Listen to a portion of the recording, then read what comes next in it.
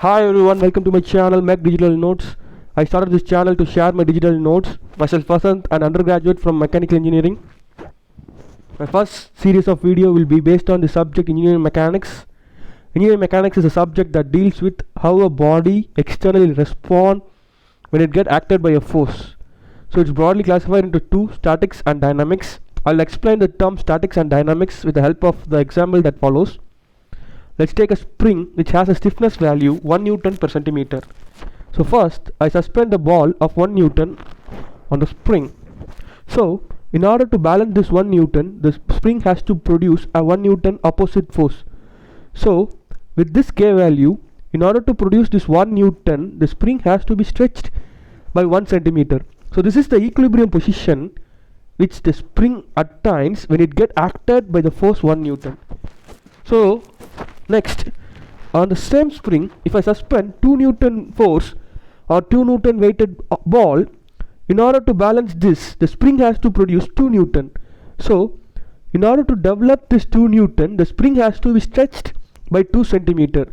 So this kind of equilibrium position analysis will come under statics. When we come to dynamics, for example, if I suspend 2 Newton, we all know from the undeformed position it moves towards the deformed position. That movement, when I am analyzing the movement, for example here the body or the spring is only expanded by 1.5 centimeter. That means it is producing only 1.5 Newton. So there is an unbalanced force. That is the cause for the motion. So this unbalanced force will create an acceleration. So this is expressed as an acceleration at y is equal to 1.5 centimeter. So such kind of analysis will be coming under dynamics. So next I like to come to this physical situation analysis. For example, when I am seeing a physical situation, let us take a spring which is suspended by a mass. So the mass is a variable here. So in accordance with the mass, so how much mass I am suspending on the spring, according to that there will be an equivalent stretch the spring experience. So these are the two variables which I had to consider. So m, which is the independent variable, and s, which is a dependent variable which depends on m. So I make a few assumptions, and applying the physical law I am deriving a mathematical model for this physical situation. First assumption which I make is the mass is only get attracted by earth. So let's see. Let us have an example that I take a body m1 and another body m2. There will be an attraction between every body which is nearby. So that's what gravitation law states. So there will be an attraction between m1 and m2. Similarly, the m1 get experience and gravitational force towards the mass earth. So I'm going to compare between this f12 and f, or the gravitational attraction that is created on body m1. So let's take this is the standard formula for gravitation law, and I substitute the g value which is standard available in both standard books. So and also I'm making an assumption m1 is certain value, m2 certain value, and r certain value. So making this calculation, I come up with an answer of 10 power minus 6 for f12. So similarly I provide this calculation, or similarly I am using this law to calculate the gravitational attraction between m1 and mass earth. So instead of m2 I am substituting mass of earth. So all the things which I indicated in specific colors are constants which can be rounded off as a constant m into g. With the value of g we all know that 9.8. So putting m is equal to 10 power 3, we come up with the answer of 9.8 into 10 power 3 Newton. So compare between these two, the gravitational attraction is more, so that we can neglect any other body's attraction within the proximity of m1. So with that assumption I substitute w is equal to mg. Next assumption, the second assumption which I make is the spring has a constant stiffness. That is, we all know the spring gets stretched when it gets suspended by mass. That is, Fs is proportional to the stretching, but we make the assumption Fs is equal to a constant into s. That assumption may not hold for every situation. We make the assumption for this condition so that we can proceed further. Another assumption we make is Newton's law of motion. What Newton law of motion state? It states that at equilibrium, algebraic sum of forces will be 0. We make that assumption to proceed further. We have developed an equation between the mass of the weight, which is the gravitational attraction that mass experience, and Fs, which is the spring force. So this gives us the relation between both. After simplification or algebraic manipulation, we come up with W is equal to Fs. So we have developed an physical and mathematical model for the given physical situation. So under this following steps, we have come to this conclusion. So next, I'm going to make a general statement about what we have done before.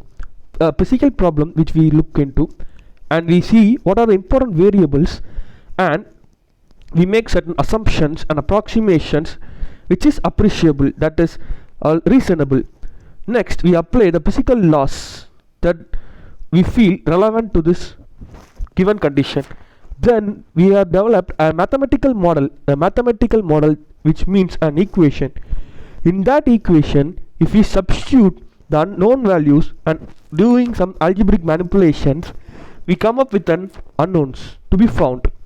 So this is the basic setup in which we will be solving problems. Further, I like to provide you with certain assumptions which is most preferably used in this following subject. For example, if I take the weight here which is supported by a beam, so our objective here is to only find what is the reactive force at A and reactive force at B. So I am making an assumption. The first assumption which I make to solve this sum is I consider the beam as an undeformed object. So I may not worry about what material it is made up of, whether it will be able to resist the weight. Nothing I am going to consider. I am only going to consider that the weight of the body in accordance with that how the reaction at A and B develops. We are not going to consider material as a parameter study here. So this is the most important assumption, the rigid body assumption. Next, for same situation, if the area of the force acting, that is weight placed area, is very low compared to the beam area, only under this condition I can make this assumption. The weight can be assumed here as a concentrated force acting at a point. Another important assumption which we make in dynamic analysis is, for example, I take a finite sized body. I may assume it as an particle having no finite size. It is only a particle, a point particle. This assumption can be held if I analyze this for a situation in which the particle motion path is very much large compared to the particle size. I like to explain this in another word or another with an example follows. If I consider this is an earth and a motion of satellite around the earth, I can assume the satellite as a point compared to the multi-scale area, or compared to its path very large, the satellite can be assumed as a particle.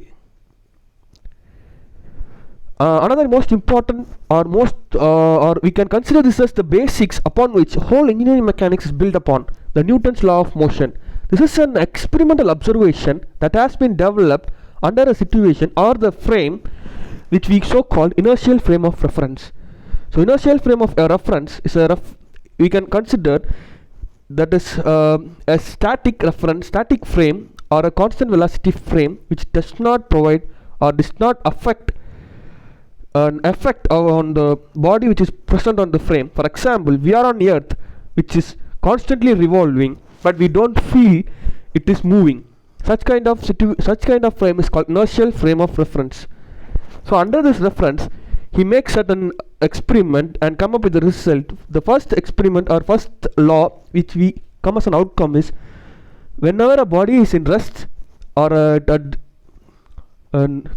zero acceleration condition, constant velocity condition, there will be a summation of force will be 0, and only under this condition the rest condition will be exhibited.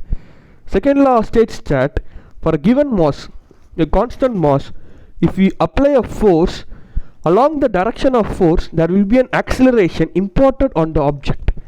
So we come up with an equation F is equal to ma. This is so called dynamic equilibrium. So this unbalanced force causes an acceleration on the body, which we will be looking in a broad way in dynamics. Finally, he states the third law, which is whenever a body to body impacts, there will be an equal and opposite reaction will be exhibited on that bodies. Finally, I like to conclude this with an topics which is relevant when we do calculations. So whenever we do calculation, these are the most important parameters which we have to look at. So first is dimensional homogeneity. We have an equation, all the terms in the equation should have same unit. For example, this is the equation which we developed in this following video. So if I was checking for this dimensional homogeneity, I have to check what is the unit of W, what is the unit of Fs, the spring force, what is the unit of K into S. All this should be same. Only under that condition we can accept this is true.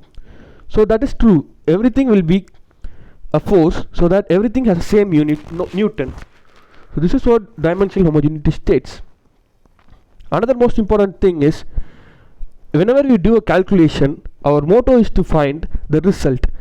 The term which defines how the result is precision. For example, the target which is shot by with an arrow is shown here. We can see that the shooter is so specific, so that he is repeating the same point, or he is shooting the same point again and again. This is so called a precise, or this can be simulated for a situation. We do a calculation and we came up with the same result again and again. That doesn't mean the result is correct.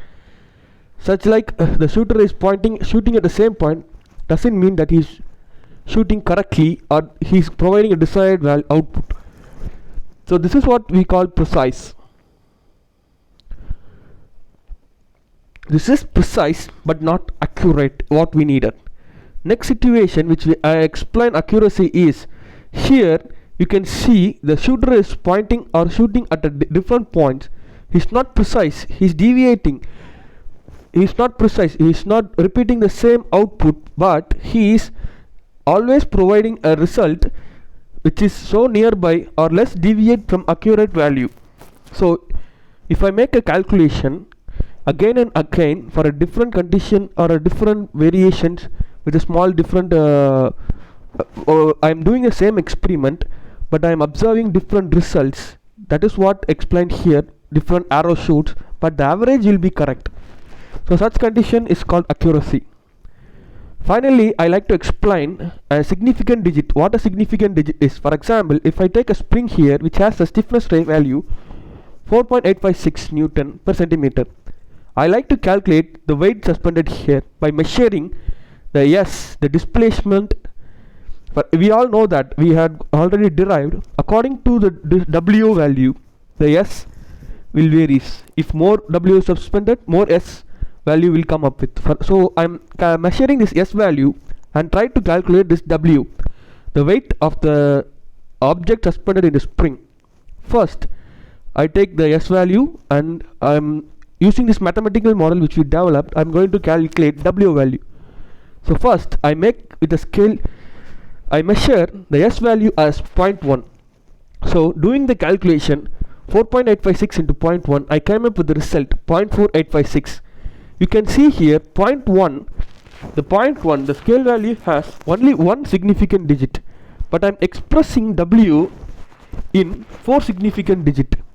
So I need to check whether it's right.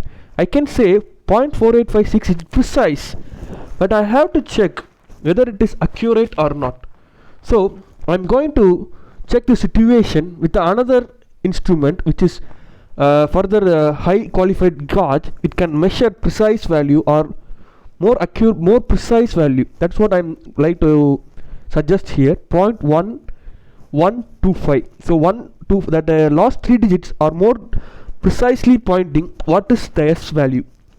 So with this value, if I calculate W with this calculation and I express the value here, you can see there is a large deviation between previous value and what the value we have obtained here. But if I round off the first value to the first significant digit, that is what I have measured S value in first one significant digit. Similarly, I measured W also in one significant digit. You can see there is a close agreement between the second value and first value. So I state that our result is need to be accurate, not necessary to be precise. Finally, I will be sharing this whole note as a PDF for your reference. You can download this from description.